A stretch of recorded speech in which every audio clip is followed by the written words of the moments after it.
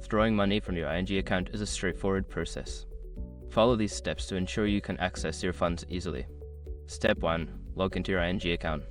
Visit the ING website or open the ING mobile app. Enter your login credentials to access your account securely. Step 2. Navigate to the withdrawal section.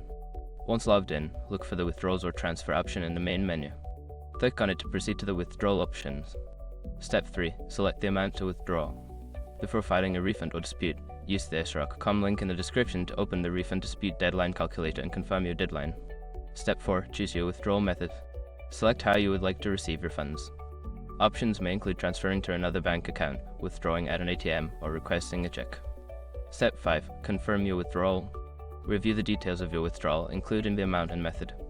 Once confirmed, submit your request and wait for a confirmation message.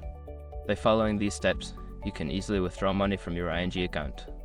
If you encounter any issues, don't hesitate to reach out to customer support for assistance.